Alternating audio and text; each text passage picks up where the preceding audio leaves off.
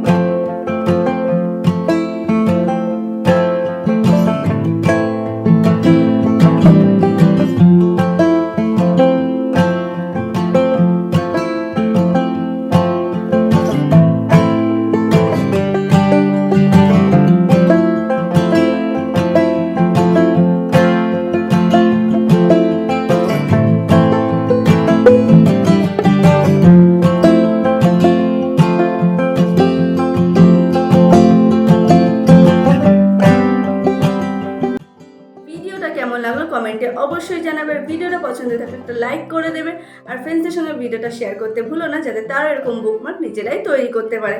আর তোমরা এটা ঝটপট বানিয়ে ফেলো এবং ইউজ করতে থাকো। তো চলো দেখা হচ্ছে নেক্সট ভিডিওতে। আজকের জন্য বাই বাই।